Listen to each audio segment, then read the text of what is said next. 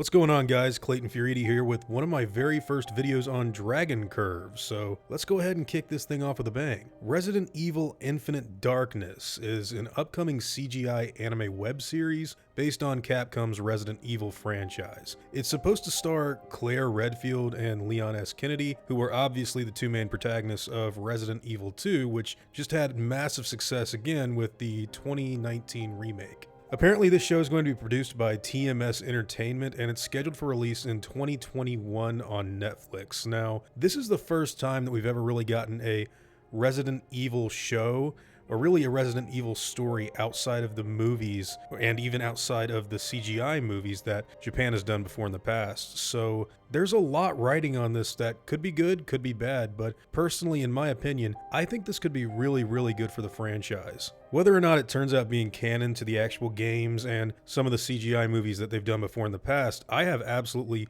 no idea, and I'm not even sure that information is available to the public yet, but the idea of a Resident Evil series on Netflix that has Capcom's blessing and sort of involvement sounds pretty cool to me. When it comes to the Resident Evil franchise, I'm a massive fan of the original 1996 game, the 1998 version of Resident Evil 2, and actually Resident Evil 7. Those are the three that, in my opinion, captured the survival horror feel really, really well. Of course, I love stuff like Nemesis, I love the remakes that they've done recently for 2 and 3, and of course, the 2002 version of the original. And a lot of that tone and sort of atmospheric feel that you get from old school Resident Evil was present in the teaser trailer that they recently released. And I think that might be due to the fact that there's actually a really cool executive producer on this show that I did not expect to be attached to this thing at all. Hiroyuki Kobayashi is a producer that's worked with Capcom for a long time now.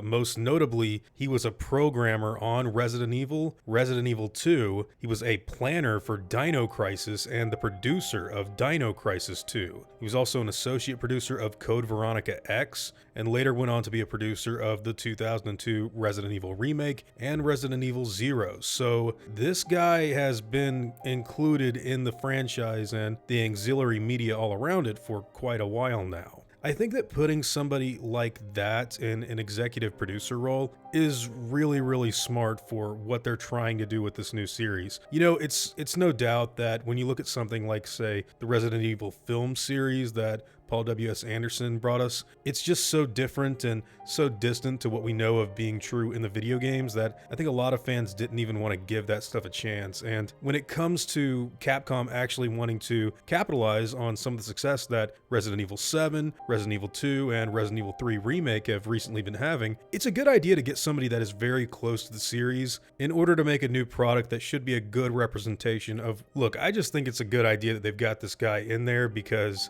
it could probably be a much better representation of what they're working at with the game company itself. Now, as for the story, there's not really too much that we know about at all. I suppose with it featuring Leon and Claire, it'll be taking place after the events of Resident Evil 2, or maybe this will just be the telling of Resident Evil 2 again, only in Netflix form. Either way, there's a lot of stuff they could use from the actual Resident Evil wider expanded universe and books and comic books that I think could be really, really cool for this sort of experience. For example, there's a lot of books by S.D. Perry, I think one's called Resident Evil Underworld, that actually had like a T-Rex fossil tyrant guy that featured Leon in it, and I think Claire may have even been in there too. So there's a lot of different ideas that they could take from some of these lesser known Resident Evil stories and kind of pump life back into them if they're going to be doing a brand new show. Honestly, I have no idea what kind of direction they're going to take this thing in, but if we're just going off of the trailer itself, it looks like this is going to be a really fun representation of old school classic Resident Evil in its most sincere form. With that being said, I don't really know how this is going to turn out and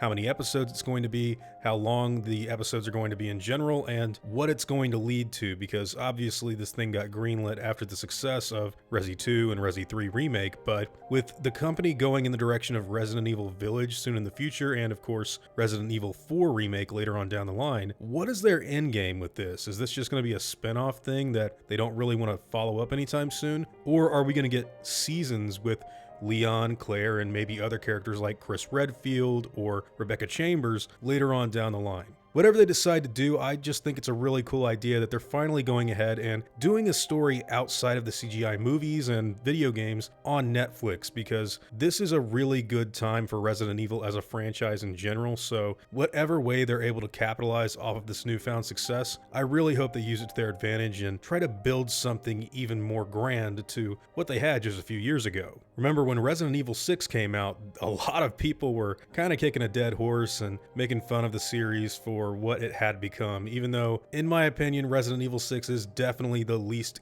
good of the mainline Resident Evil games. I still think that the franchise had life in it, and I was obviously proved right with stuff like RE7 and this new wave of remakes. So I want to pass the question on to all of you guys. What do you think this new Netflix series could mean for Resident Evil? Is Infinite Darkness going to be just, I don't know, a redo of the RE2 story? Or is this going to be a brand new story that we've never seen before? Whatever your own thoughts and opinions happen to be, I'd love to hear them in the comments down below.